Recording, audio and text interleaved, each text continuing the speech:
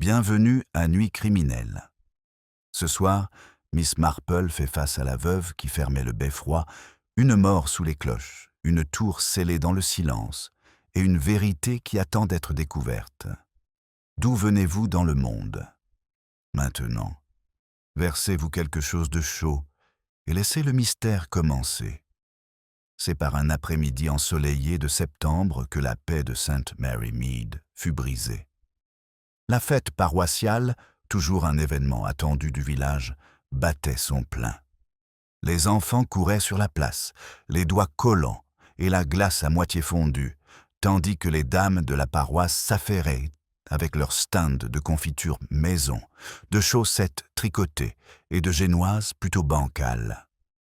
Miss Marple, assise près de la théière, observait tout avec son regard doux, habituel, ses aiguilles à tricoter s'agitant avec une persévérance silencieuse. Ce qui conférait à la fête son charme particulier cette année était la réouverture du clocher de l'église après des réparations longtemps nécessaires. Le curé avait organisé une visite des villageois entre 14 et 16 heures, et beaucoup étaient impatients. Les cloches n'avaient pas sonné correctement depuis des mois, et la promesse de les entendre à nouveau suscitait à la fois nostalgie et fierté. C'était la veuve, Madame Harriet Cottrell, qui avait insisté pour verrouiller elle-même la porte du clocher. C'était une silhouette maigre et sombre, encore profondément endeuillée par la mort de son mari 5 ans plus tôt, et elle portait en elle un air de bienséance rigide. Certains disaient qu'elle n'avait jamais pardonné à son défunt mari d'être mort subitement, sans avoir pris de dispositions appropriées, la laissant dépendante de la compassion de sa belle famille. D'autres chuchotaient à propos de son caractère inflexible, de sa méfiance envers la jeunesse, de son aversion profonde pour la légèreté. Juste après 15 heures, alors que la tombola pour la théière en argent attirait la foule, un cri aigu s'éleva de l'église. Les plus proches se retournèrent aussitôt, et quelques instants plus tard, une petite foule se précipita sur l'herbe. La source du tumulte fut bientôt claire. La porte du clocher était verrouillée, comme elle l'était depuis que Madame Cottrell avait placé la clé dans son réticule. Pourtant, de l'intérieur, résonnant dans la tour, parvient le terrible gémissement d'un homme, suivi du silence. Le vicaire chercha des explications. Les jeunes hommes forcèrent à la porte, et lorsqu'elle céda enfin, les villageois eurent le souffle coupé. Étendu sur le sol de pierre, sous les cordes de la cloche, gisait le corps de Léonard Cottrell, le beau-frère de Madame Cottrell, un homme charmant, endetté et qui chuchotait plus d'une indiscrétion. Il reçut un coup violent à la tête, et à côté de lui, sur le sol, d'une propreté presque absurde, gisait un unique gant blanc. Madame Cottrell, pâle mais posée, déclara d'une voix de fer qu'elle avait elle-même verrouillé le clocher et que personne n'y était entré depuis. La clé n'avait jamais quitté son sac à main. Pourtant, Léonard était là, assassiné à l'intérieur, comme si les cloches elles-mêmes avaient annoncé son sort. Miss Marple, posant discrètement son tricot, observa les lèvres pincées de la veuve, les regards étonnés des villageois, et le calme étrange, presque triomphant, qui régnait sur Madame Cottrell. Ce fut alors que Miss Marple réalisa, une fois de plus, que rien dans la nature humaine n'était jamais aussi simple qu'il y paraissait. « Mais c'est impossible !» s'exclama le vicaire en s'épongeant le front avec un grand mouchoir humide, tandis que les villageois se pressaient autour du clocher. Le corps gisait immobile, le gant blanc comme une étrange ponctuation sur les pierres grises. Un agent de police, appelé en toute hâte de la fête, griffonne déjà des noms avec une confusion profonde. La foule, tenue à distance par la bienséance plus que par l'autorité, chuchotait à voix basse, les têtes jointes comme des oiseaux agités au crépuscule. Les lèvres de Madame Cottrell se rétrécirent en un trait sombre, tandis qu'elle répétait, avec une satisfaction d'acier, « La porte était fermée. Je l'ai fermée moi-même. Personne n'aurait pu entrer. » « C'est peut-être vrai, Harriet.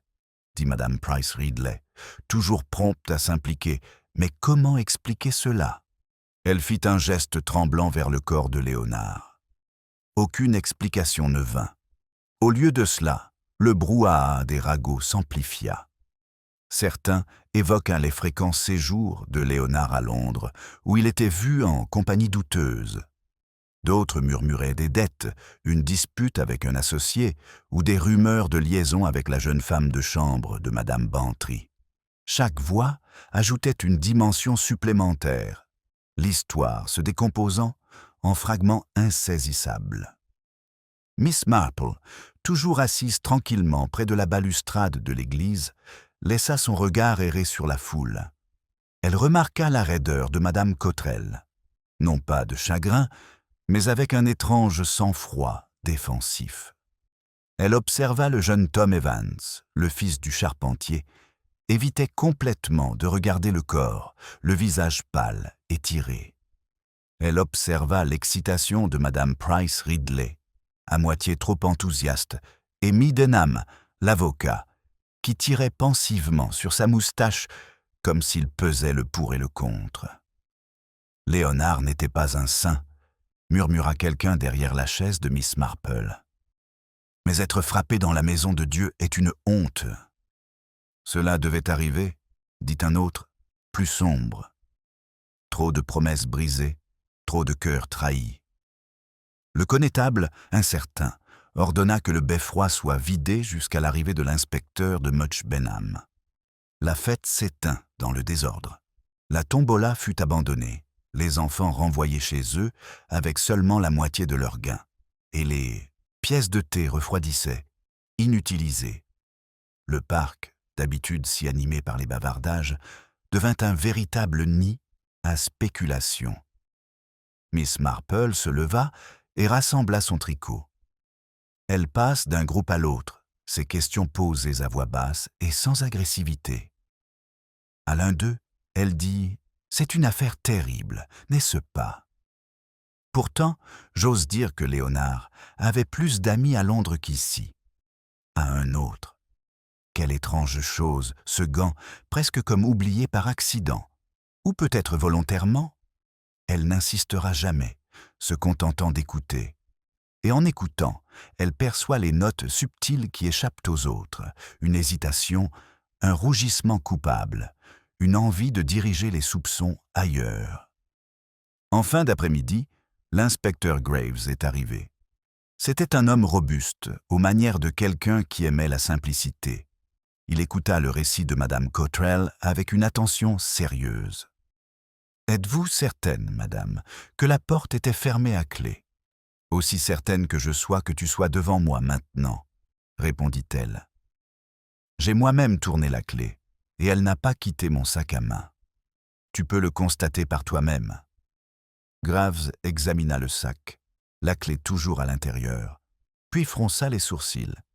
Et pourtant, M. Léonard Cottrell gît mort dans une tour verrouillée. Il nous faudra examiner attentivement comment cela a pu arriver. « C'est clair, » déclara M. Denham d'une voix hachée. Léonard avait des ennemis, et les endettés sont prêts à tout pour commettre des actes désespérés lorsqu'il est en question d'argent. L'argent n'est pas la seule raison pour laquelle on fait des choses désespérées, murmura Miss Marple. Ces paroles passèrent inaperçues, englouties par les questions de l'inspecteur. Le soir venu, le village grouillait de théories. Certains affirmaient que la veuve avait attiré Léonard dans le beffroi avant la fête et l'avait enfermé. Mais la façon dont elle avait pu porter le coup fatal sans prévenir était un point sensible.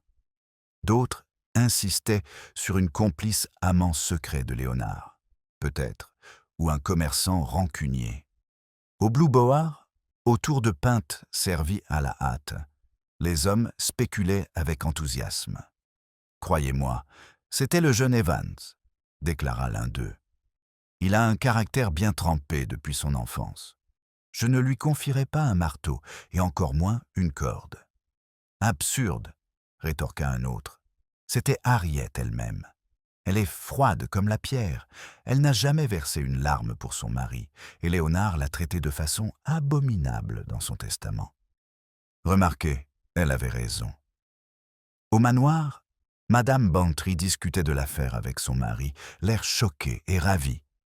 Imagine, Arthur, à la fête même, et un gant abandonné si symbolique, tu ne trouves pas? Blanc pour l'innocence ou peut-être pour la moquerie. Plus tard dans la soirée, Miss Marple était assise près de sa lampe, son tricot intact sur ses genoux. Son esprit repassait les visages, les murmures, les petites trahisons révélées par un regard ou un ton. Elle songea à la façon dont les ragots, telle une vigne, poussaient vers le soleil du scandale, mêlant vérité et mensonge. Et elle pensa aussi à Madame Cotterell, à sa voix d'airain, à son étrange sang-froid, à cette faible étincelle de satisfaction. Était-ce un triomphe, un soulagement, ou simplement la fierté fragile d'une femme qui avait longtemps enduré les murmures? Les cloches, silencieuses depuis des mois, semblaient sonner dans l'imagination de Miss Marple. Non pas pour Léonard, mais pour les secrets encore cachés de St. Mary Mead. Dehors, le village dormait mal, mais Miss Marple restait éveillée, ses yeux se plissant légèrement tandis que ses pensées se tournaient vers ce curieux gant placé trop soigneusement, trop visiblement pour être le fruit du hasard. La section 2 est terminée. C'était à moitié trop soigné, murmura l'inspecteur Graves le lendemain matin, debout de nouveau dans la pénombre fraîche du clocher. Il s'accroupit près de la pierre tachée de sang où Léonard Cotterell était tombé, scrutant le gant comme s'il pouvait lui répondre. Personne de sensé ne laisse tomber un gant aussi précisément placé qu'une carte de visite. Mais qu'est-ce que cela signifie? Miss Marple, à qui le vicaire avait permis d'apporter un petit bouquet pour l'hôtel, s'était dirigée vers la tour d'un pas décidé et sans prétention. Elle se tenait juste dans l'embrasure de la porte, les mains légèrement jointes autour de ses fleurs, comme si cette scène sinistre n'était qu'une curiosité parmi d'autres de la vie villageoise. Parfois, dit-elle doucement, on laisse les choses à la vue de tous pour qu'elles paraissent accidentelles. C'est une habitude très ancienne. Les enfants le font toujours pour cacher leurs bêtises, en remettant soigneusement le vase cassé sur la cheminée, par exemple. Graves se redressa et lui lança un bref regard, non pas méchant, mais méfiant. « Vous avez vu beaucoup d'enfants, j'imagine.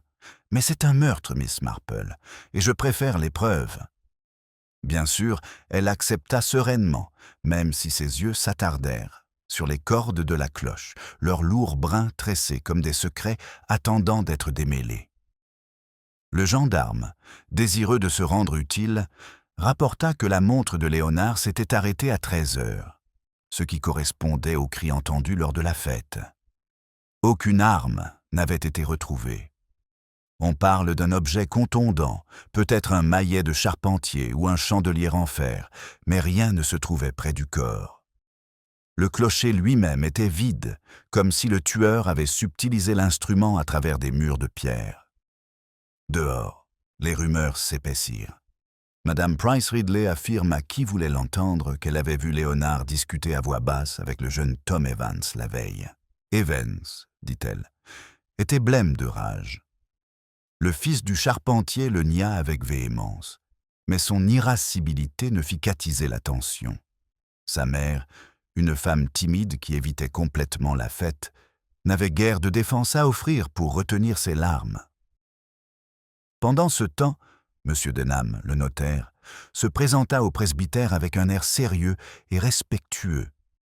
Il expliqua longuement comment Léonard s'était retrouvé empêtré dans des problèmes financiers désagréables. Des dettes, des partenariats à moitié escroqués, des obligations qu'il ne pouvait plus honorer. S'il avait vécu plus longtemps, inspecteur, sa ruine aurait été totale. Je pense plutôt qu'un créancier s'impatienta.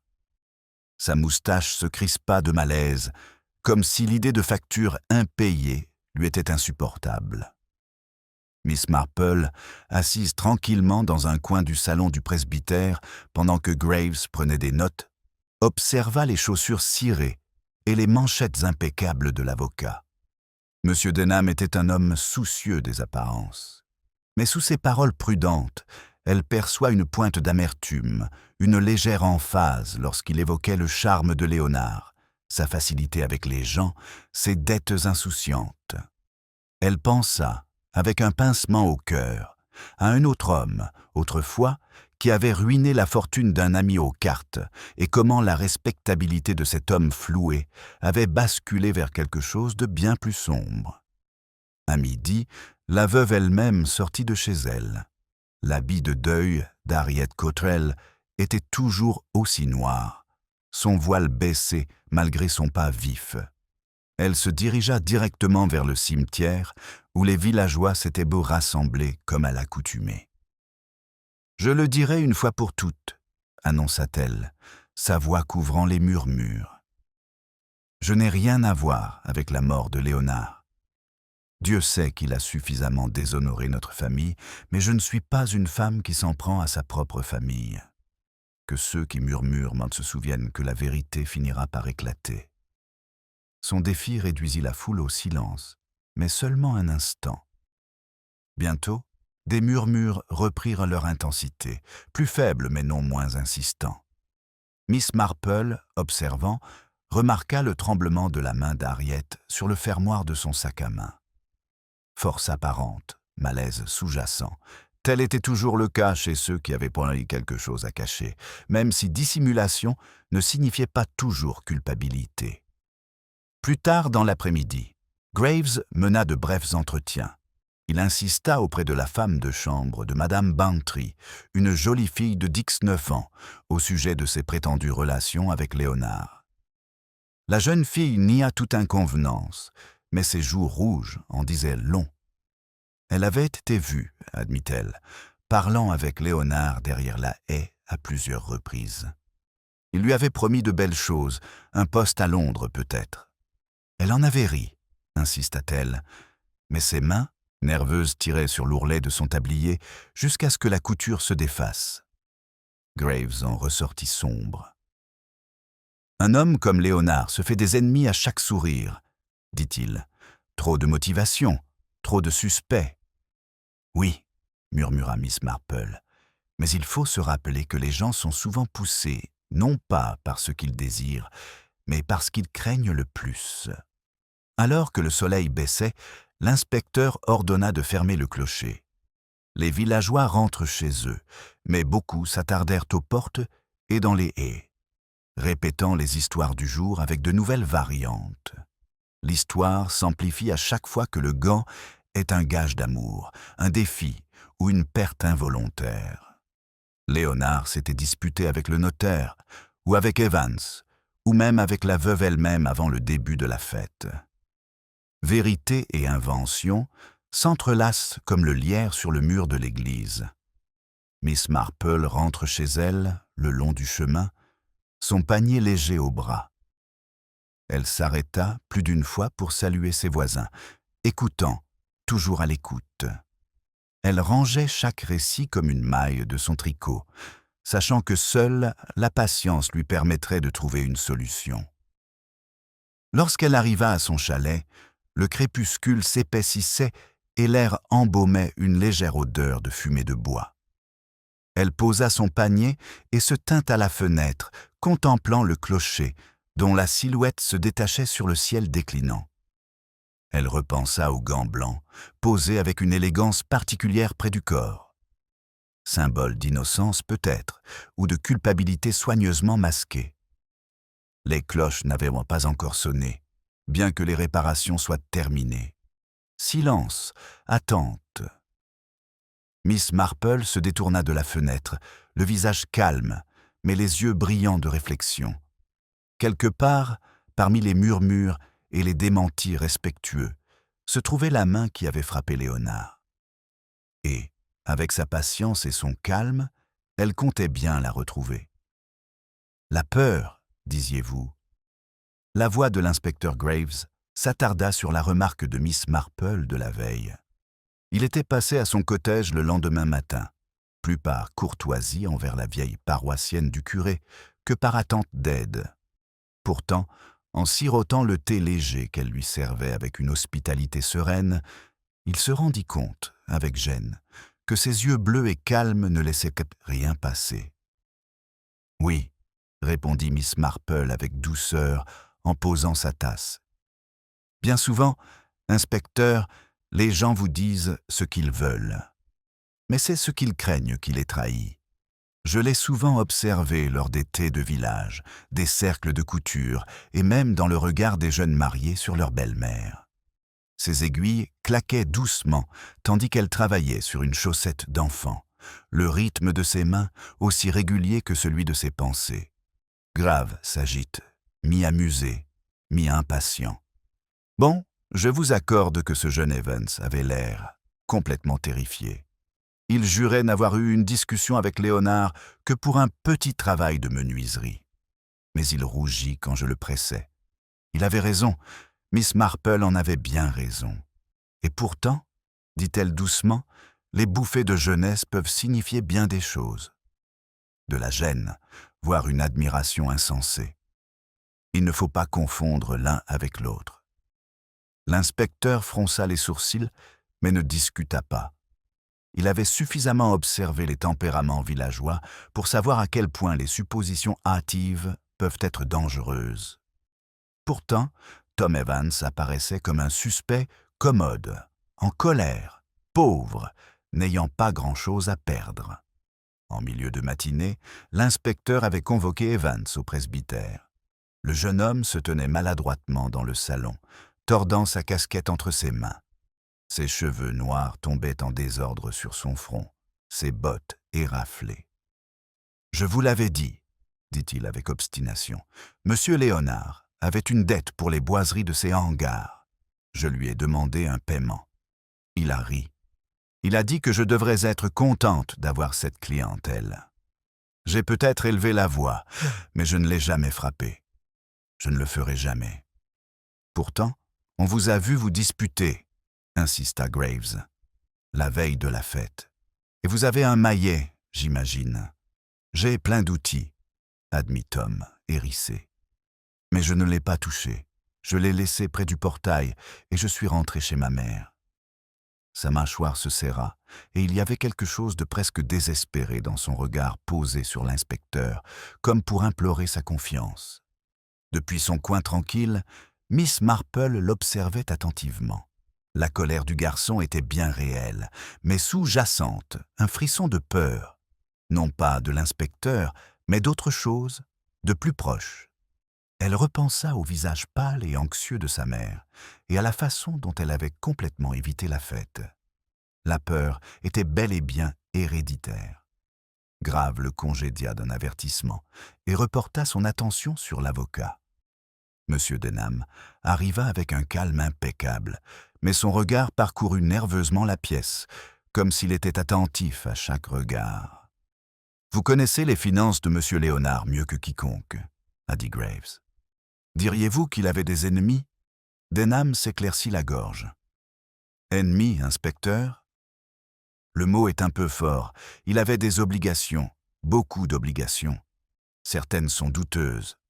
Je le lui ai conseillé, bien sûr, mais Léonard n'était pas homme à se montrer prudent. Il préférait le charme au contrat. Et des dettes impayées, dit Graves sèchement. Ses obligations étaient-elles pressantes, suffisamment pour provoquer la violence? La moustache de l'avocat tressaille. Je ne saurais le dire.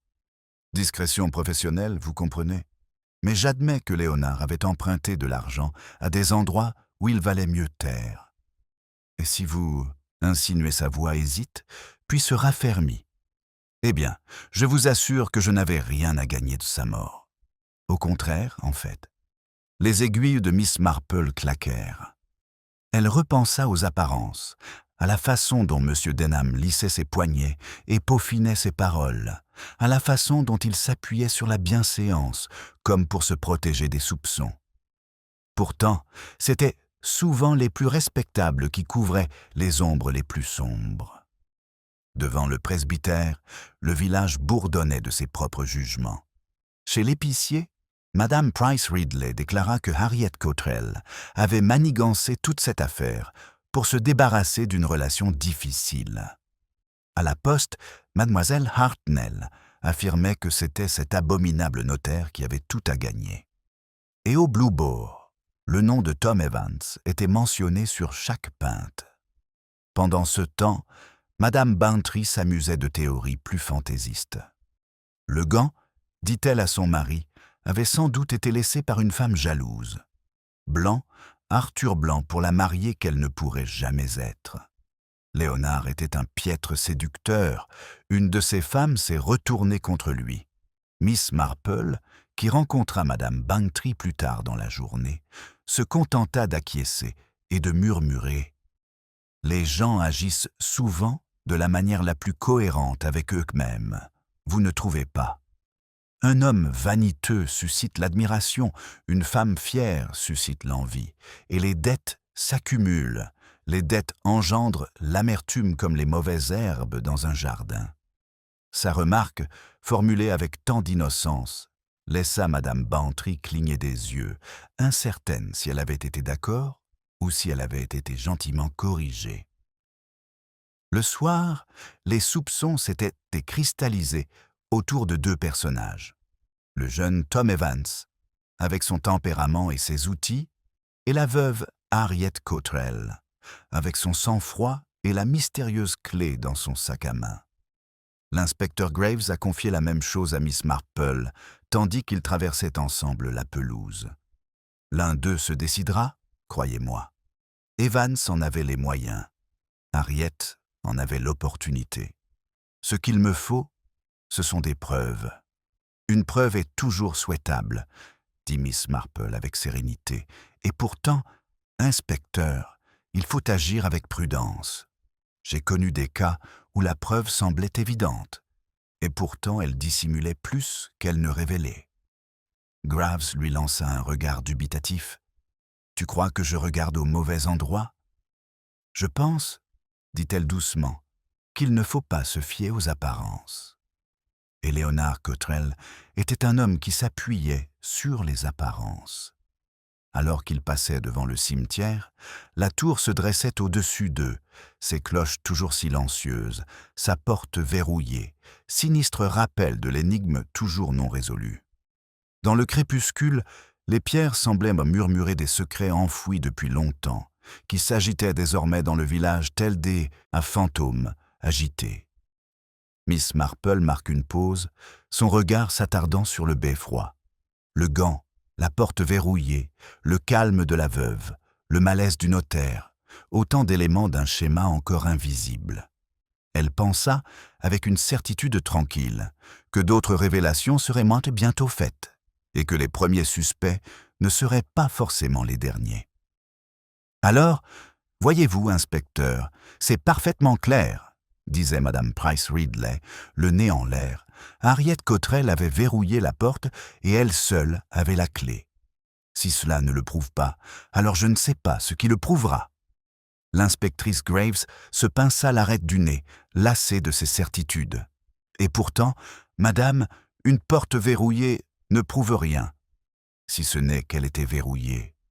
Nous ne savons pas encore comment ni quand Léonard est entré, ni qui l'accompagnait. Miss Marple, qui se tenait silencieusement à proximité, inclina la tête. « Les gens sont parfois si obligés de nous confier leurs certitudes, » murmura-t-elle, alors que ce sont leurs incertitudes qui sont bien plus révélatrices. Madame Price Ridley renifla, mais parut vaguement perturbée, comme si une incohérence privée avait été évoquée.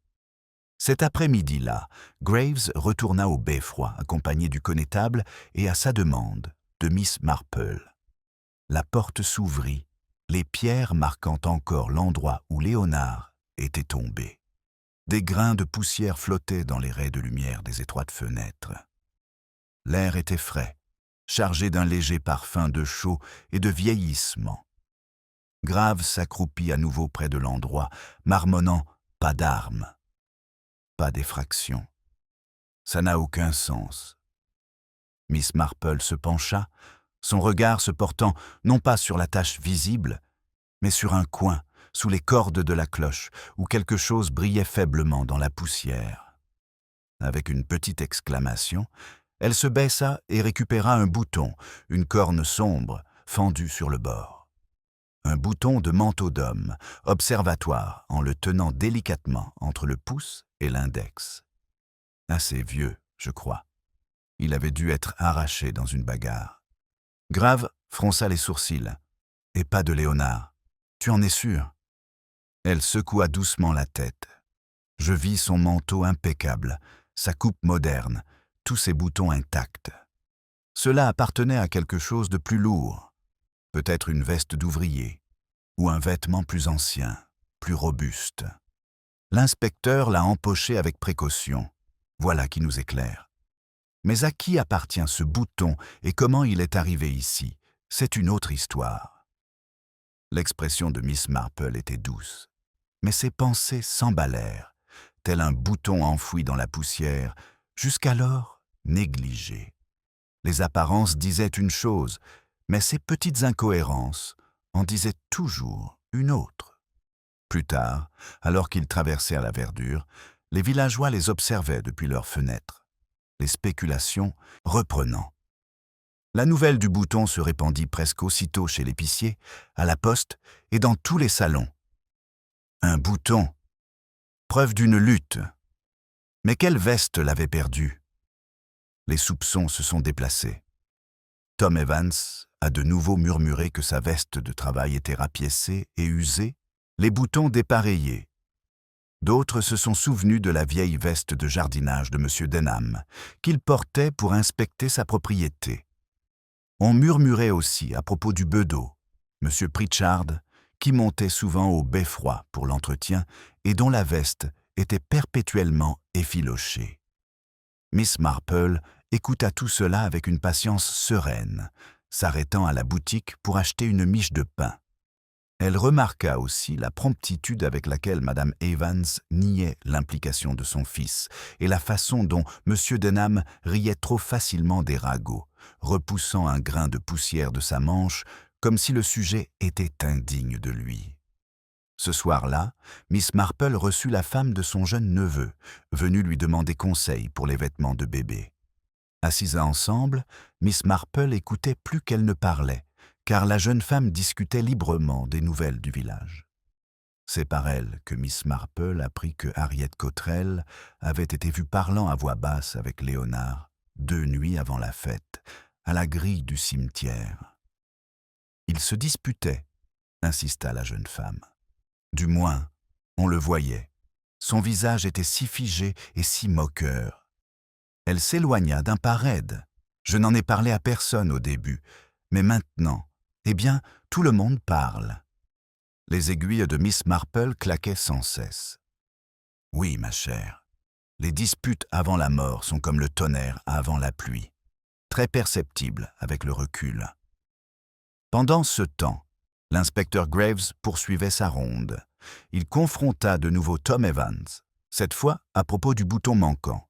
Le garçon rougit de colère et tira sur sa veste. « Les miennes sont toutes là, voyez par vous-même. » Et effectivement, bien que dépareillé, chaque bouton tenait obstinément en place. Interrogé, M. Denham s'est hérissé. « Mon manteau de jardinier. Vraiment, inspecteur, je n'ai pas mis les pieds dans la tour depuis des mois. Si un de mes boutons est apparu là, il a dû se décrocher tout seul. » Son rire sonnait creux. Le bedeau, M. Pritchard sortit son vieux manteau aux coutures usées. « Oui, je perds des boutons tout le temps, » admit-il. « Mais je jure que je n'ai rien à voir avec cette méchanceté. Je respecte M. Léonard, même s'il était un homme mondain. Je souhaitais seulement que les cloches sonnent à nouveau. Chaque déni ajoutait de la complexité, chaque défense une couche supplémentaire. Graves était de plus en plus perplexe, Miss Marple moins. Car dans son esprit, l'image de la faiblesse humaine était toujours plus simple que les faits ne le laissaient apparaître. On mentait, certes, mais en accord avec sa nature. Les orgueilleux se défendaient avec arrogance, les timides avec larmes, les coupables avec trop de détails. Cette nuit-là, seule dans sa chaumière, Miss Marple était de nouveau assise à sa fenêtre, le clair de lune éclairant le clocher de l'église. Elle tenait son tricot, mais ne travaillait pas, ses pensées tournant autour du bouton, du gant, de la porte verrouillée. Tous des symboles, mais chacun pointant non pas vers l'extérieur, mais vers l'intérieur, vers la nature de la main qui les avait disposés. Car elle réalisait de plus en plus que la mort de Léonard n'était pas le fruit d'une dispute soudaine ou d'une colère impulsive. Non, elle portait la marque de la machination de quelqu'un qui comprenait comment les apparences pouvaient être trompeuses et qui faisait confiance au village lui-même pour alimenter les rumeurs qui obscurcissent la vérité. Les cloches, silencieuses au-dessus, semblaient presque attendre une révélation, leur silence plus lourd que le son. Et Miss Marple pensait, avec la certitude de quelqu'un qui avait vu tant de façades s'effondrer, que le temps viendrait bientôt où une autre couche de vérité devrait faire surface. « Planification, dites-vous » répéta l'inspecteur Graves le lendemain matin, arpentant la nef de l'église tandis que Miss Marple se tenait silencieusement près des fonds baptismaux. Elle avait formulé sa remarque sur son ton doux, presque désinvolte, et pourtant elle persistait. « Vous pensez que ce n'était pas un coup de colère, mais une réflexion réfléchie ?» Miss Marple inclina la tête, les mains soigneusement jointes autour de son sac à tricot. « Il me semble bien que oui, les apparences ont été soigneusement agencées, je pense. Un gant trop en évidence, une porte verrouillée avec une précision théâtrale, et maintenant, un bouton où l'on risquerait de trébucher. On n'a pas toujours les idées claires quand on est en colère. On ne range pas toujours derrière soi. » Grave fronça les sourcils. Et pourtant, tous ceux à qui nous avons parlé semblaient plus effrayés que rusés. « La peur et la ruse sont souvent cousines, » répondit doucement Miss Marple. « L'une peut se cacher derrière l'autre. » Tandis qu'elle parlait, les grandes portes s'ouvrirent et Harriet Cottrell entra, sa silhouette se détachant sur la lumière. Ses vêtements noirs l'enveloppaient comme une armure. Elle se dirigea droit vers l'inspecteur, le menton levé. « Je dois exiger la fin de cette intrusion dans ma maison, » dit-elle. « Déjà, on me parle comme si j'étais coupable. Mon nom est évoqué dans toutes les conversations, ma respectabilité est remise en question. Je ne le supporterai pas. » Sa voix était sèche, mais les yeux de Miss Marple, qui l'observait, capturaient le mouvement rapide de ses doigts, se resserrant autour du fermoir de son sac à main. « Nous sommes obligés de nous renseigner, madame, » dit Graves avec fermeté. « Les circonstances l'exigent. »« Et la situation de Léonard » s'exclama Harriet. « Ses dettes, ses liaisons honteuses. Demandez à l'avocat, à cette fille dans la cuisine de madame Bantry, ou à n'importe lequel des hommes du Blue Boar qui lui ont prêté de l'argent. Ne me posez pas de questions inutiles. » Ses paroles tombèrent comme des pierres, délibérées et acérées. Elle se retourna et s'éloigna à nouveau, laissant le silence derrière elle. Les aiguilles à tricoter de Miss Marple claquèrent de nouveau, comme si de rien n'était. « Très curieux, » murmura-t-elle. « Quand on est innocent, on supplie généralement qu'on l'oublie. Mais quand on est coupable ou effrayé, on repousse l'attention. » Dans l'après-midi, Graves suit le conseil de Harriet. Il rend visite à nouveau à son notaire. Maître Denham le reçut dans son bureau, dont les étagères étaient garnies de volumes reliés en cuir, et où flottait une lourde odeur d'encre et de vernis. « Vous me poussez trop loin, » dit l'inspecteur Denham, après une série de questions. « Oui, Léonard me devait de l'argent, comme il en devait à la moitié du comté. Mais les morts ne paient rien. Sa mort est une perte pour moi, pas un gain. Pourtant, dit Graves d'un ton sombre, il semble que vous étiez suffisamment impliqué pour vouloir le faire taire. Le sang-froid de Denham se brise. Savez-vous quelle odeur a la ruine, l'inspecteur? Ça sent les hommes comme Léonard, insouciants, souriants, empruntant sans vergogne. Il s'est moqué de moi plus d'une fois. Mais je ne suis pas un tueur. Mon arme, c'est la loi, pas une matraque dans un clocher. » Sa voix tremblait malgré ses paroles audacieuses, et sa main se posa inconsciemment sur le manche de sa veste, comme pour vérifier si des boutons étaient bon effet. Grave parti, sceptique. Entre-temps, le bedeau Pritchard commençait à éveiller les soupçons. On murmurait que Léonard avait menacé de le remplacer par un homme plus jeune, invoquant son inefficacité et son apparence négligée, indigne de l'Église. L'orgueil était un puissant stimulant, et dans le petit coin du sanglier bleu, plus d'un villageois fit remarquer que Pritchard avait de bonnes raisons de le faire. Miss Marple rencontra le bedeau ce soir-là, alors qu'il apprenait les lampes de l'église. Ses mains tremblaient légèrement sur le taille-mèche. « C'est insensé, Miss Marple, ce qu'ils disent. J'ai servi cette église fidèlement pendant près de 20 ans. Je n'avais aucune raison de faire du mal à M. Léonard. C'était un homme mondain, certes, mais ça ne me regardait pas. Les cloches comptent plus pour moi que pour n'importe quel homme. » Elle le regarda avec une bienveillance bienveillante. « Oui, monsieur Pritchard, je vous ai toujours trouvé très dévoué, mais parfois, la dévotion fait des ennemis, n'est-ce pas? On n'aime pas ceux qui nous rappellent à notre devoir. » Ses yeux brillaient d'une pensée inexprimée, mais il ne dit rien de plus. Le lendemain, un nouveau scandale éclate. Madame Bantry, ivre de joie, après cette découverte, informa la moitié du village que sa servante avait avoué que Léonard lui avait promis le mariage. « Imagine ça, Arthur !» s'exclama-t-elle à son mari. « Une jeune fille de 19 ans, et lui déjà endetté. Il devait être désespéré ou méchant. » La jeune fille elle-même pleurait amèrement lorsque Graves l'interrogea. « Il avait dit qu'il m'emmènerait à Londres, que j'aurais des robes de soie, un appartement avec de l'électricité. Je l'avais cru, monsieur. Mais ensuite, il s'est moqué de moi.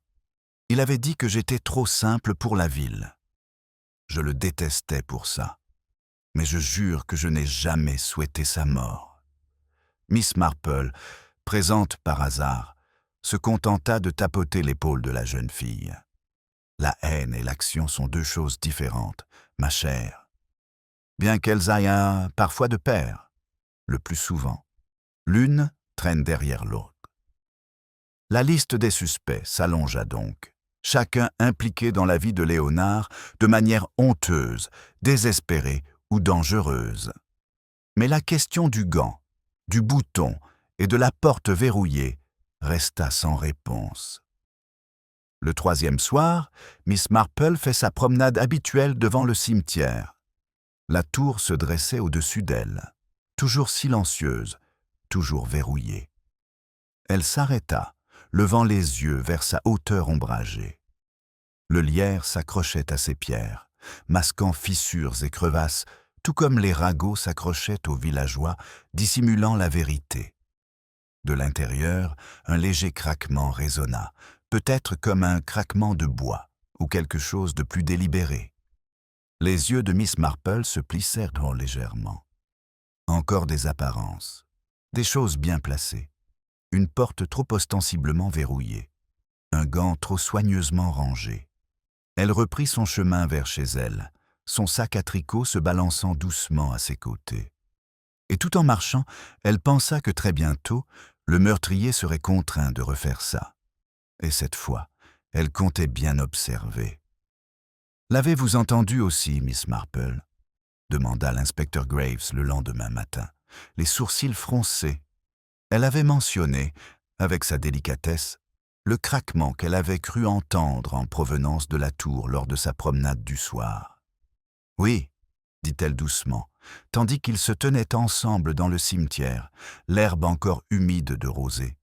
Ce n'était peut-être que du bois qui se rétracte au frais, bien sûr. Mais parfois, un son persiste dans l'esprit parce qu'il signifie plus qu'il n'y paraît. L'inspecteur grogna. « Si quelqu'un est revenu dans ce beffroi depuis le meurtre, que Dieu lui vienne en aide. Nous l'avons bien verrouillé. » À moins que sa voix ne s'éteigne tandis que ses yeux se fixaient sur la lourde porte de chêne. La serrure était intacte. Pourtant, un léger grincement perçait autour du trou de la serrure, comme si la clé avait été tournée plus d'une fois. À l'intérieur, la tour semblait intacte, à l'exception d'une différence effrayante, le bouton. Ce petit élément de preuve qui avait tant éveillé les soupçons avait disparu. Graves jura dans sa barbe. Enlevé délibérément, quelqu'un est revenu, a risqué d'être découvert, juste pour récupérer ce satané bouton. Ça veut dire que c'était important. Miss Marple hocha la tête sereinement. Oui, inspecteur. On enlève rarement ce qui est inutile. Je me demande cependant si c'était le bouton lui-même qui les inquiétait, ou ce qu'il suggérait. Sa question resta sans réponse. Le gendarme, envoyé à la recherche de témoins, revint bredouille. Personne n'avait vu personne entrer dans la tour. Pourtant, dans un village où les regards perçants et les langues encore plus acérées étaient omniprésents, cela semblait curieux. Trop de silence était souvent synonyme de collusion. À midi, la disparition du bouton était devenue la nouvelle rumeur. Madame Price Ridley affirmait que c'était la preuve que Tom Evans était coupable et que sa mère s'était infiltrée pour le protéger. Madame Bantry, quant à elle, murmurait que Harriet Cottrell l'avait récupéré elle-même, craignant qu'il ne révèle les secrets de famille de son défunt mari. Monsieur Denham s'esclaffa face à ces deux théories, même si son visage resta étrangement pâle lorsque le sujet fut abordé. Miss Marple marchait parmi eux, écoutant. À chacun, elle adressait un léger coup de coude. Croyez-vous donc que la veuve soit assez audacieuse pour risquer d'être découverte? Ou serait-il touchant, n'est-ce pas, qu'une mère se mette en danger pour son fils? À chaque remarque, elle observait les visages changer, la façon dont le soupçon en disait plus sur l'accusateur que sur l'accusé. Ce soir-là, un nouveau choc perturba St. Mary Mead.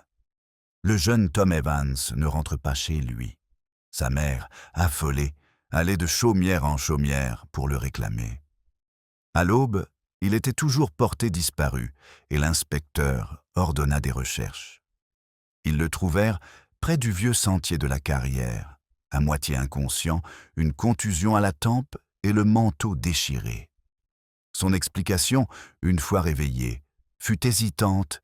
Il avait été suivi après avoir quitté le sanglier bleu, frappé par derrière et abandonné dans le noir. Ses poches furent fouillées, mais rien de valeur n'y fut emporté, à l'exception d'une bague que son père portait, dit-il, autour du cou. Graves était sombre. Un avertissement sans doute, pour se taire, ou peut-être pour attiser encore plus les soupçons. Miss Marple lui rendit visite au cottage de sa mère, où le garçon gisait pâle sous la couette. Elle ne lui posa qu'une seule question.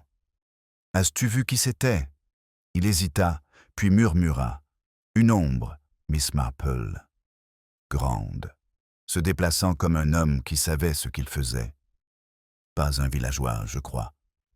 Ou peut-être n'ose pas le dire.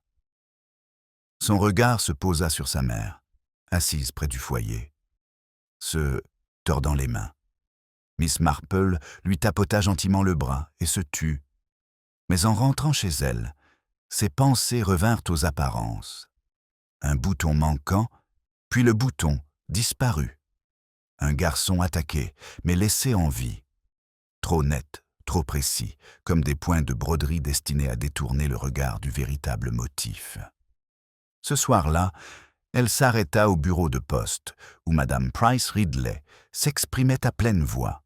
« Croyez-moi, Harriet Cottrell sera arrêtée dans la semaine. » Elle détestait Léonard, son visage le montrait clairement. La réponse de Miss Marple était douce, mais son regard était perçant. « Oui, ma chère. Les visages révèlent souvent ce que les cœurs tentent de cacher. Mais parfois, ce que nous voyons est ce que nous nous attendons à voir. Et ce n'est pas toujours vrai. » Alors qu'elle sortait dans l'air frais de la nuit, les cloches au-dessus de la tour silencieuse semblaient, une fois de plus, peser sur le village, avec leur silence pesant. Miss Marple marque une pause, levant les yeux vers la silhouette sombre du clocher. Elle avait le pressentiment que le meurtrier, en tentant d'effacer un indice, s'était trahi lui-même. Et elle savait, avec une certitude née d'une longue observation, qu'une autre révélation, peut-être un autre crime, allait bientôt suivre. « C'est trop commode », remarqua doucement l'inspectrice Miss Marple, tandis qu'elle et Graves se tenaient devant le cottage des Evans le lendemain matin. Tom était encore pâle et secoué par l'agression, sa mère s'agitant anxieusement à son chevet. Une agression qui ne fait taire personne, ne supprime rien, et pourtant fait jaser. On dirait un théâtre. Grave fronça les sourcils. Tu veux dire une mise en scène?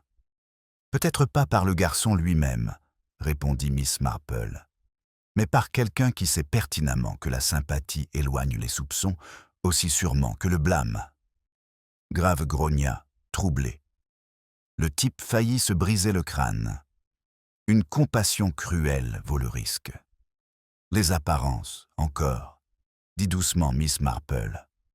Un bleu paraît très convaincant, mais parfois, l'essentiel réside dans ce que les autres sont censés croire. Leur conversation fut interrompue par l'arrivée d'Harriet Cottrell.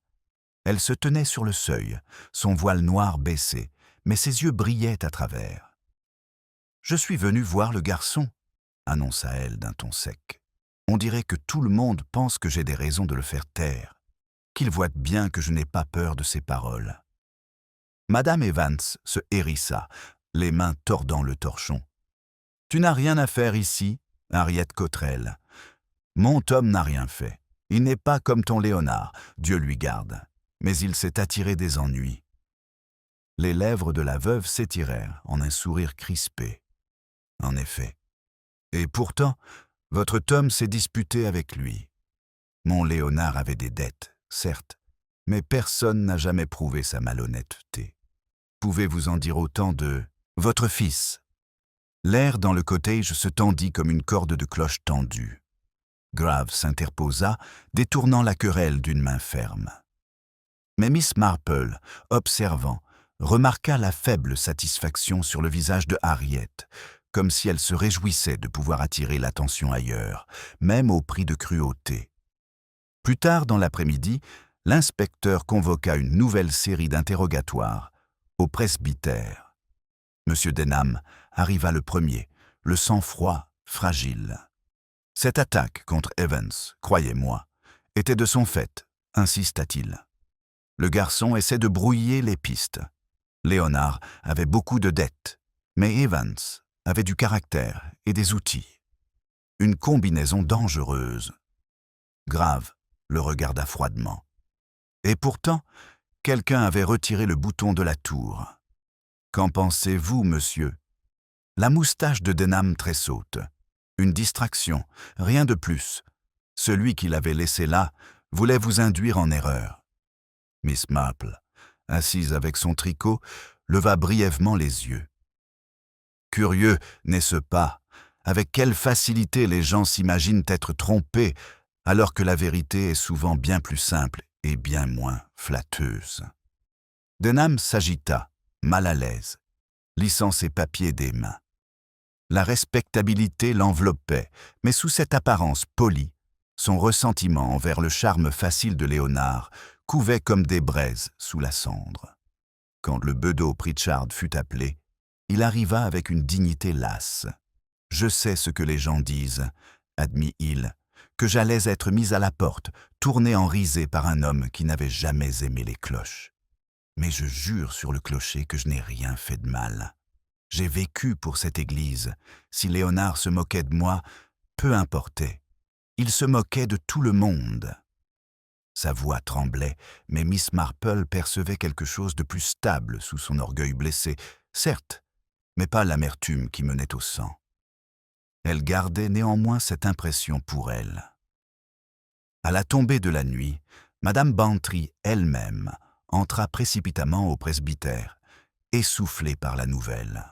« Inspecteur, mademoiselle Marple, vous n'en croirez pas vos yeux. Ma femme de chambre s'est enfuie. Elle a fait ses valises pendant la nuit et a disparu. Pas un mot, pas un mot. Elle s'est évaporée comme une fumée. La pièce bourdonna aussitôt. Grave aboya des ordres. L'agent fut dépêché pour fouiller les ruelles. Madame Bantry se tordit les mains, ravie et angoissée. Je lui avais dit de ne pas se mêler de Léonard, mais elle ne m'écoutait pas. Oh, pauvre petite idiote! Que va-t-elle devenir? L'expression de Miss Marple restait calme, mais son esprit s'emballe. Une fille disparaît au moment même où les soupçons s'évaporent. Trop précis, trop orchestré. Et pourtant, cela approfondit l'énigme. Fuyait-elle la culpabilité ou simplement la peur du scandale? Cette nuit-là, St. Mary Mead était en effervescence. Au sanglier bleu, des hommes jurent que la servante avait attiré Léonard dans le beffroi et l'avait abattu lorsqu'il s'était moqué de ses espoirs. Chez l'épicier, des femmes murmuraient que Harriet Cottrell avait payé la jeune fille pour qu'elle disparaisse, réduisant au silence un témoin gênant.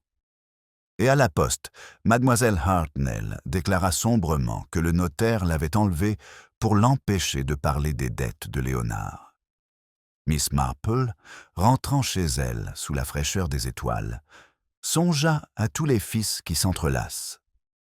Une servante disparue, un bouton manquant, un gant trop visible. Chaque indice avait été exhibé devant le village, comme pour attiser les rumeurs. Malgré les apparences, la nature humaine, dans sa mesquinerie et son orgueil, ne pouvait jamais être totalement dissimulée. Elle s'arrêta devant son portail, regardant une fois de plus la tour silencieuse. Sa silhouette noire se découpait sur le ciel, les fenêtres du clocher ressemblant à des yeux vides. Et elle pensa, avec la certitude de celle qui avait longtemps étudié les masques, que le prochain acte de ce drame soigneusement orchestré allait bientôt se dérouler. Disparue sans laisser de traces. « Dites-vous » répéta l'inspecteur Graves d'un ton sombre, debout dans le salon Bantry, où Madame Bantry vibrait d'une énergie anxieuse. Pas une lettre, pas un mot à personne, pas même un mouchoir oublié, s'exclama Madame Bantry, visiblement horrifiée et secrètement ravie. Personne n'avait dormi dans son lit, sa malle à moitié vide. Elle s'est éclipsée comme un fantôme, inspecteur. Ça ne peut que vouloir dire qu'elle était impliquée. Oh, j'ai toujours dit que c'était une créature ridicule, mais là, c'est trop. Miss Marple, assise près de la fenêtre, lui lança un regard doux. Ma chère Madame Bantry, les jeunes filles ne disparaissent pas par plaisir. Elles disparaissent par peur, parfois d'être découvertes, parfois de la honte. Mais la peur est le principal stimulant. Quelle honte, dites-vous? Madame Bantry se pencha. Enfin, peut-être. Elle craignait peut-être une enfant pauvre et scandaleuse. Mais je ne peux m'empêcher de penser qu'elle en savait plus qu'elle n'aurait dû. Grave murmura que des agents avaient été envoyés à la gare, bien que personne ne se souvienne de l'y avoir vue. Il se pourrait qu'elle se cache plus près qu'on ne le pense, ajouta Théil. Mais le moment est vraiment mal choisi. Alors que les soupçons s'accentuent, elle disparaît.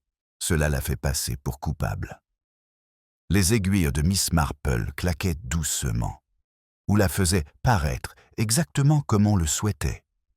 N'oublions pas, inspecteur, que les apparences peuvent être gérées, un peu comme un stand de fête de village. Un peu rangé ici, un peu décalé là, jusqu'à ce que le tableau soit exactement comme il se doit pour quelqu'un d'autre. Les mots persistaient en lui tandis qu'il traversait la verdure, où les villageois se rassemblent en groupes serrés et impatients. L'air était lourd de rumeurs. Harriet Cottrell avait chassé la servante. Tom Evans l'avait aidé à s'échapper. Denham l'avait renvoyé avec une somme d'argent pour son silence. Chaque histoire prenait de l'ampleur au fil du récit, jusqu'à ce que la vérité soit enfouie sous un enchevêtrement de spéculations. Ce soir-là, Graves interrogea une fois de plus Harriet. Elle était assise, raide comme une baleine, dans son salon, son voile noir baissé, même à l'intérieur. « Tu crois que j'ai enlevé la jeune fille ?» demanda-t-elle froidement. « Quelle absurdité! Si elle s'est enfuie, c'est parce qu'elle a mauvaise conscience. Léonard était un homme aux multiples promesses mensongères. Il lui a fait miroiter l'espoir, puis s'est moqué d'elle. Elle a fui sa propre folie. Mais vous admettez vous être disputé avec Léonard quelques jours avant sa mort. Graves insista. Les yeux d'Harriet lancèrent d'un des éclairs. Je protestais parce qu'il se moquait du nom de mon défunt mari. Il disait que Thomas m'avait laissé sans le sou parce qu'il savait que j'étais une mégère. Voilà ce que j'ai enduré. Les moqueries, le manque de respect, de la part d'un homme qui vivait de charme et de mensonges. Si j'élevais la voix, c'était pour défendre l'honneur, pas pour commettre un meurtre. Ces paroles étaient dures, mais Miss Marple, qui avait été autorisée à s'asseoir tranquillement dans un coin, observa les mains d'Harriet crispées sur l'accoudoir de son fauteuil, crispées par une fureur contenue. Un tel contrôle, pensa Miss Marple, n'était pas l'absence de passion, mais son plus féroce déguisement. Le lendemain, Denham fait aussi l'objet d'un examen plus attentif. Grave le confronta dans son bureau, des papiers étalés sur le bureau ciré. Ces notes de votre écriture, Denham, Léonard vous les a empruntées plus d'une fois. Vous risquiez de perdre beaucoup. Denham se raidit. Je vous l'ai déjà dit, inspecteur, les morts ne paient pas les dettes. Au contraire, sa mort me ruine encore davantage. Je n'y ai tiré aucun profit. Pourtant, tu avais de bonnes raisons de le réduire au silence, rétorqua Graves. Cet homme t'a embarrassé, escroqué, s'est moqué de toi devant tes pairs. Le masque de l'avocat finit par craquer. Oui, il s'est moqué de moi. Savez-vous ce que c'est que d'être ridiculisé par un vaurien souriant? De voir sa réputation mise en doute parce qu'on lui a fait trop confiance? Je le détestais, inspecteur. Je ne le nierai pas. Mais la haine n'est pas le meurtre. Sa voix s'est affaiblie, puis s'est durcie. Je suis un homme de valeur. Je suis affaire de contrat et de signature, pas de coups au hasard. Dehors, le bedeau Pritchard était acculé par des villageois qui l'accusaient de jalousie. Ses maigres épaules s'affaissent sous le poids de leurs soupçons. Oui, il a dit qu'il me verrait partir, admit le bedeau d'un ton misérable lorsque Graves insista. Il disait que j'étais trop vieux, trop minable pour l'Église. Mais j'adorais ces cloches, inspecteur. Je ne les souillerai jamais de sang. Miss Marple, passant non loin de là, s'arrêta pour poser doucement une main sur son bras. La dévotion peut être dangereuse, monsieur Pritchard. On détruit parfois ce qu'on aime le plus, plutôt que de laisser quelqu'un d'autre y toucher. L'homme frissonna, comme si les mots frappaient de trop près une pensée cachée. À la tombée de la nuit, de nouveaux murmures parvinrent aux oreilles de l'inspecteur. Un jeune fermier avait aperçu une femme en noir, marchant près de la voie ferrée la nuit de la disparition de la servante. Harriet, encore. D'autres jurent qu'il ne s'agissait que de la sœur du vicaire, rentrée tard d'une visite. Pourtant, les soupçons s'épaississent, liant Harriet de plus en plus étroitement. Ce soir-là, assise près de son foyer, Miss Marple songea à tous ses fils emmêlés. Le sang-froid d'Harriet, l'orgueil blessé de Denham, le dévouement de Pritchard, les espoirs évanouis de la servante. Chacun présentait un visage au monde, chacun en dissimulait un autre. Et au centre de tout cela reposait Léonard, un homme qui avait vécu selon les apparences et était mort pour elle. Ses aiguilles s'arrêtèrent au milieu de sa broderie lorsqu'une autre pensée la traversa. Un gant trop proéminent, un bouton trop pratique, une disparition trop opportune. Non pas des accidents, mais des arrangements. Quelqu'un tissait tout le village en un motif, et le motif était presque terminé. Elle posa son tricot, les yeux légèrement plissés. Bientôt, le meurtrier n'aurait d'autre choix que de bouger à nouveau. Et quand il le ferait, Miss Marple comptait bien l'attendre. « On insiste trop, inspecteur », dit doucement Miss Marple, tandis qu'elle et Graves se promenaient sur la pelouse le lendemain matin, le village grouillant de la disparition de la servante et des rumeurs qu'elle avait suscitées. Trop d'indices apparaissent et disparaissent. Trop de murmures tombent aux oreilles des bonnes personnes. Cela a un goût de manipulation. Grave murmura d'une voix sombre. Si j'avais celui qui a retiré ce bouton, j'aurais été mon meurtrier. Peut-être, répondit Miss Marple avec douceur. Mais les meurtriers nous donnent rarement ce que nous désirons. Ils nous donnent ce qu'ils veulent nous montrer. Le truc, c'est de leur en montrer trop. Leur conversation fut interrompue par Madame Price Ridley, qui surgissait en piqué sur la pelouse, jupe flottant au vent, la voix aiguë et pressante. « Inspecteur, inspecteur, vous devez venir immédiatement. La veuve, Harriet Cottrell, s'est enfermée dans la tour. » En quelques minutes, une foule s'était rassemblée devant l'église. La porte en chêne du clocher était close, une clé dépassant visiblement de la serrure. De l'intérieur parvient un faible écho de mouvement. Grave frappa à la porte, l'appelant par son nom. Enfin, la serrure tourne et Harriet émergea, pâle mais sereine, son voile relevé. « Je suis allée prier », déclara-t-elle fermement. « Est-ce un crime ? Ou dois-je demander la permission de m'agenouiller dans la maison de Dieu ?» Des exclamations de surprise parcoururent la foule. Mademoiselle Hartnell murmura qu'Harriet devait cacher quelque chose. Madame Bantry jura avoir vu sur la jupe d'Harriet de la poussière qui ressemblait au sol de la tour, et le jeune Tom Evans murmura qu'elle avait l'audace de s'exhiber là où le meurtre avait eu lieu. Grave, sombre, congédia les villageois et se tourna vers Harriet. « Vous savez très bien à quoi cela ressemble, madame. »« Les apparences. Encore, » rétorqua Harriet. « Tu me crois assez folle pour tuer une fois et revenir ensuite admirer la scène. Si tu le crois, tu me prends pour une plus grande idiote que Léonard ne l'a jamais été. » Le regard serein de Miss Marple s'attarda sur le visage de la veuve. Ce n'était pas de la culpabilité qu'elle y lisait, mais une vive défiance, comme si Harriet avait été piégée par son spectacle.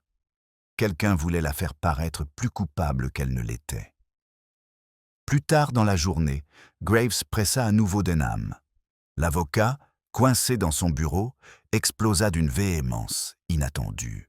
« Vous me poursuivez, inspecteur, alors que tous les murmures du village pointent Harriet. Pourquoi ne pas l'arrêter et en finir? Je vous le dis, la mort de Léonard est son triomphe. » Mais Miss Marple, assise dans son coin tranquille, observait que la voix de Denham tremblait, non pas de triomphe, mais de tension. Ses papiers étaient en désordre, ses mains tachées d'encre, son sang-froid s'effritant. « La respectabilité, pensa-t-elle, est souvent un costume qui se déchire. Le bedeau, lui aussi, semblait changer. Ce soir-là, Miss Marple le rencontre dans le cimetière, les épaules voûtées.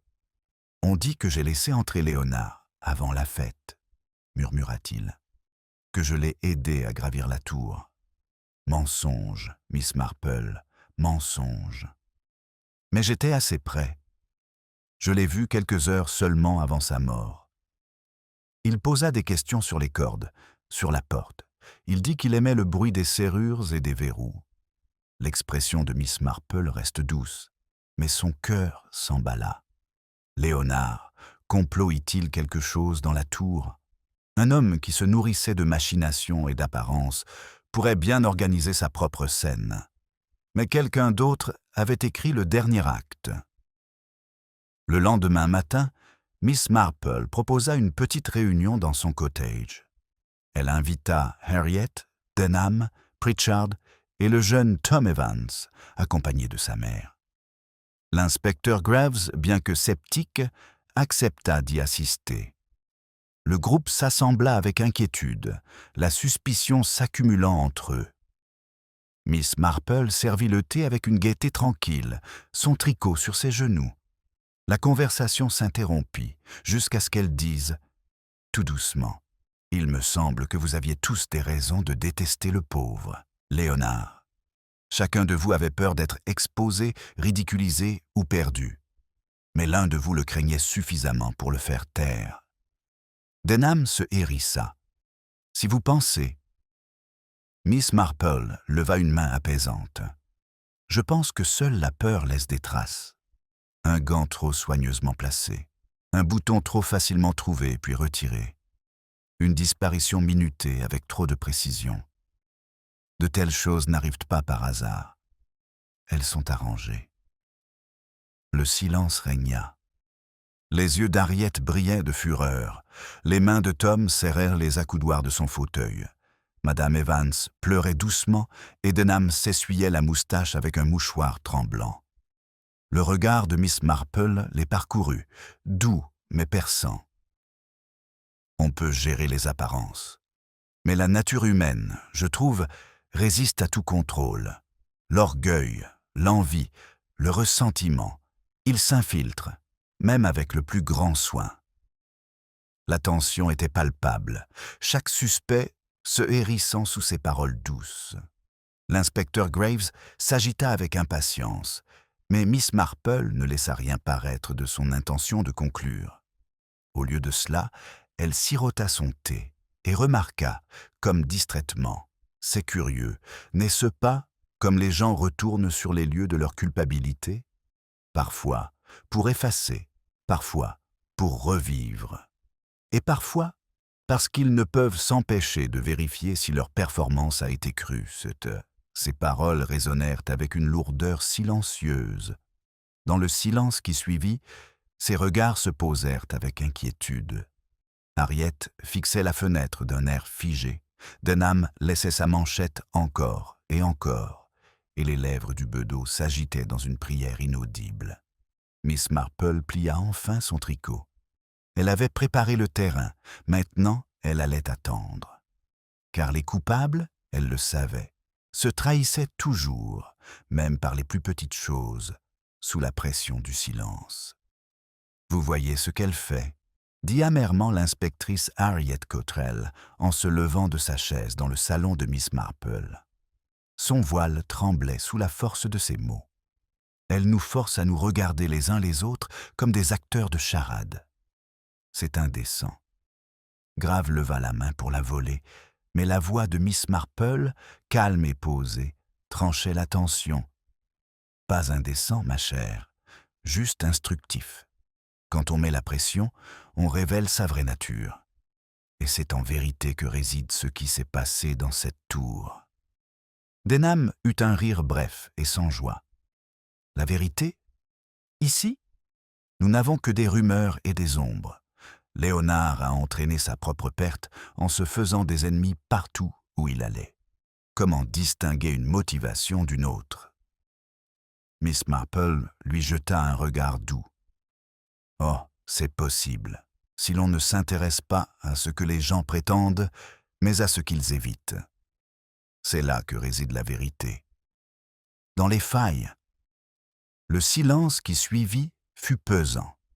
Madame Evans renifla doucement, les mains tordant le bord de son châle. Tom resta figé, l'air provocateur, mais ses yeux se posèrent avec inquiétude sur l'avocat. Les mains d'Harriet restèrent fermement posées sur son sac à main. Les lèvres du bedeau reprirent leur prière. L'inspecteur Graves, impatient, se leva. « Assez de paraboles. L'un de vous a placé Léonard dans cette tour et l'a laissé mourir. Et tant que l'un de vous ne craquera pas, nous resterons dans l'impasse. » Miss Marple ne dit rien, mais ses yeux se posèrent doucement sur chaque visage à tour de rôle, et ce qu'elle vit suffisait à confirmer son sentiment que les coupables ne pouvaient pas résister à se trahir, pas sous un silence prolongé. Ce soir-là, la nouvelle de la réunion tendue au cottage de Miss Marple se répandit rapidement. Au Sanglier Bleu, les villageois murmurèrent que Harriet était devenue pâle et furieuse sous les questions de la vieille dame. Chez l'épicier, c'était Denham qui semblait secoué. Et dans la file d'attente à la poste, Miss Hartnell déclara qu'il était clair, comme de l'eau de roche, que Tom Evans semblait prêt à filer à tout moment. Les apparences étaient déformées, remodelées par les ragots, chaque version s'adressant à l'imagination du narrateur. Pourtant, Miss Marple savait que les apparences, aussi convaincantes soient-elles, étaient rarement fiables. Le lendemain matin, une nouvelle émeute secoua le village. La servante des Bantry avait été retrouvée cachée dans une cabane de berger désaffectée, en bordure du terrain communal. Elle fut conduite, tremblante, au presbytère, où Graves la confronta aussitôt. « J'ai couru parce que j'avais peur », avoua-t-elle à voix basse, le regard errant d'un visage à l'autre. Tout le monde répétait que c'était moi. Ce gant était à moi, certes, mais je l'avais perdu il y a des semaines. Léonard avait dû le retrouver. Il aimait bien me taquiner. Il avait dit que je serais sa femme un jour, mais il avait ri quand j'ai rougi. Je jure que je ne me suis jamais approché de la tour cet après-midi-là. Ces paroles résonnèrent dans la pièce. Harriet se raidit. Denham fronça les sourcils. Le bedeau murmura que de telles choses auraient dû être révélées plus tôt. Grave demanda « Si le gant était à toi, pourquoi ne l'as-tu pas dit tout de suite ?» La fille a fondu en larmes. « Parce que j'avais honte. J'étais stupide de le laisser me taquiner, stupide d'espérer qu'il le pensait vraiment. Je ne supportais pas ces murmures. Mieux valait fuir que de les affronter. » Miss Marple tendit la main et la tapota. « Oui, ma chère. La honte est très puissante. Elle pousse les gens à se cacher alors qu'ils devraient parler. Et parfois, elle pousse d'autres à saisir l'occasion d'utiliser ce silence à leur propre fin.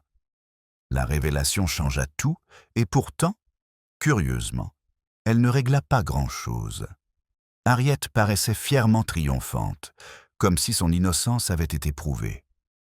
Denham murmura que la servante avait encore pu frapper Léonard dans un accès de colère. Pritchard secoua tristement la tête, déclarant que l'affaire était plus sombre que jamais. En quittant le presbytère, Miss Marple s'attarda sur le sentier avec l'inspecteur Graves. « Il est curieux, » dit-elle doucement. Comme le gant, le bouton, la disparition ont servi à déplacer les soupçons d'une personne à l'autre, sans jamais les apaiser complètement. C'est presque comme si quelqu'un jouait avec le village, arrangeant les pièces pour un public. « Arrête », répéta Graves. « Oui, c'est le mot. » Ce soir-là, alors que le crépuscule s'épaississait, Miss Marple était assise près de sa lampe, ses aiguilles à tricoter immobiles. Ses pensées tournaient autour de l'énigme. Les dettes de Léonard, l'orgueil d'Harriet, le ressentiment de Denham, le dévouement de Pritchard, la honte de la bonne. Chacun avait ses raisons, et pourtant une seule eut la patience d'imaginer un stratagème aussi savant. Elle se leva et s'approcha de la fenêtre. Le clocher se dressait, dénudé sur le ciel déclinant, le clocher sombre et silencieux. Et tandis qu'elle contemplait, elle comprit que le moment était venu. La vérité ne pouvait être forcée par des questions. Seule doit être amenée à se manifester au grand jour par un test, subtil et certain, un test de la nature humaine elle-même. Demain, pensa-t-elle, les cloches sonneront à nouveau, et quand elles sonnaient, les coupables ne pourraient plus en supporter le son.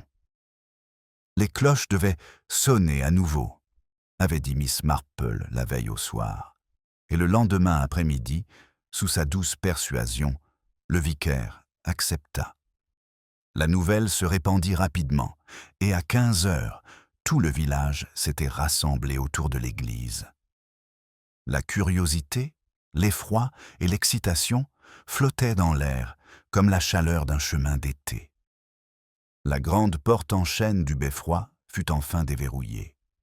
L'inspecteur Graves se tenait solennellement aux côtés de son agent, Harriet Cottrell, vêtue de son uniforme noir rigide. Denham, les lèvres pincées, Pritchard, le bedeau, pâle mais déterminé, le jeune Tom Evans, encore sous le bandage de son ecchymose, et la servante, nerveusement accrochée au flanc de Madame Bantry. Seule Mademoiselle Marple paraissait sereine, son sac à tricot au bras, comme si elle n'était venue que pour assister à un concours de jardinage. « Les cloches sont restées silencieuses trop longtemps, » dit-elle doucement. « Il est temps qu'elles se parlent à nouveau. » Grave aboya des ordres, et les cordes furent préparées. Sur un signe de tête de Miss Marple, Pritchard s'avança pour tirer la première corde. Le son retentit, profond et sonore, roulant sur le green avec une lourdeur solennelle. Un silence s'abattit sur la foule. Puis la deuxième cloche sonna, puis la troisième. Chaque coup résonna dans l'assemblée, vibrant dans l'air, dans les pierres, dans le cœur de ceux qui écoutaient. Miss Marple, les yeux multicolores, n'écoutait pas tant les cloches qu'elle observait les visages autour d'elle. Harriet reste figée, les lèvres pincées, mais le regard impassible. Tom Evans remua, mal à l'aise, mais supporta le bruit sans broncher. La servante tremblait, mais de honte plutôt que de culpabilité. Ce fut Denham qui perdit son sang-froid. Au quatrième coup de cloche, il sursauta visiblement, la main se portant à son col comme si le son lui serrait la gorge. Au cinquième, son visage pâlit et la sueur lui perla aux tempes. Au sixième, ses doigts agrippèrent le poignet de sa veste, un geste frénétique qui trahissait plus que des mots. Miss Marple s'avança alors, sa voix douce mais claire couvrant le lourd glas. « Monsieur Denham, dit-elle, les cloches vous troublent plus que quiconque. Peut-être parce qu'elles vous rappellent une vérité que vous espériez enfouir sous les apparences. » La foule s'agita. Denham laissa échapper un rire rauque. « Qu'est-ce que c'est que cette absurdité, madame? Les cloches me dérangent? Vous confondez nervosité et culpabilité. » Mais le regard de Miss Marple était fixe, son ton doux, presque compatissant. « Non, monsieur Denham.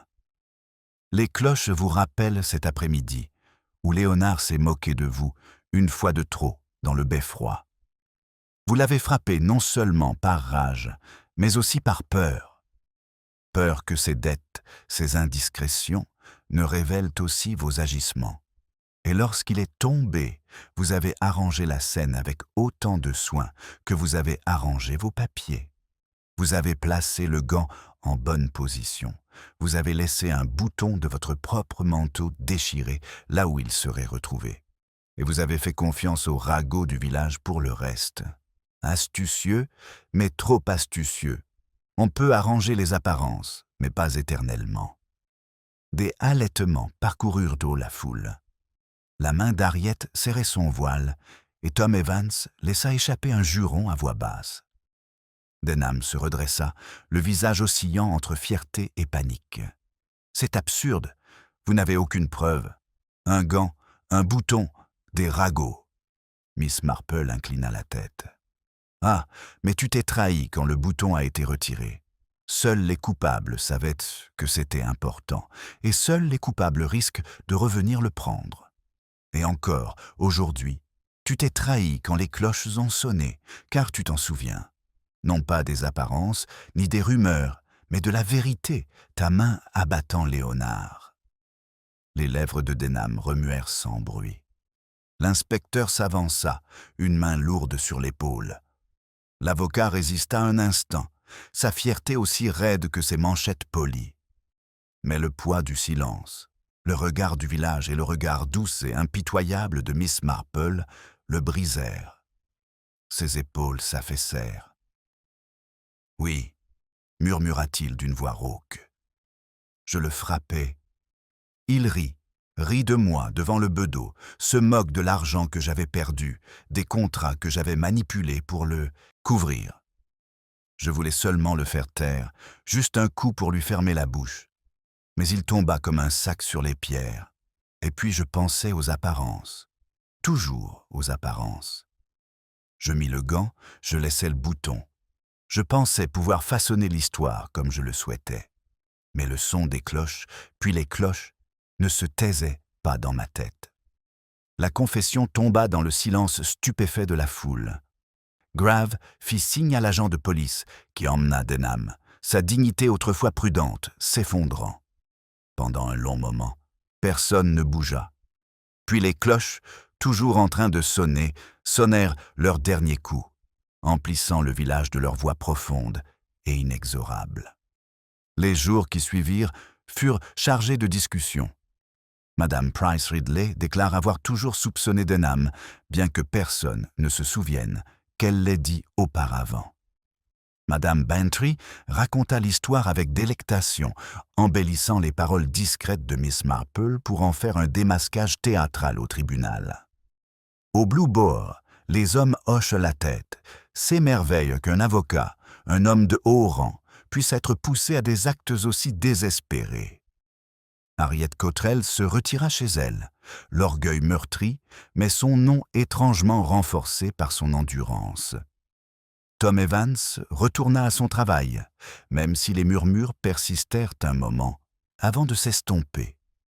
La servante, rétablie dans sa position, marchait les yeux baissés, sa honte atténuée par la bienveillante assurance de Miss Marple que la folie n'était pas un péché.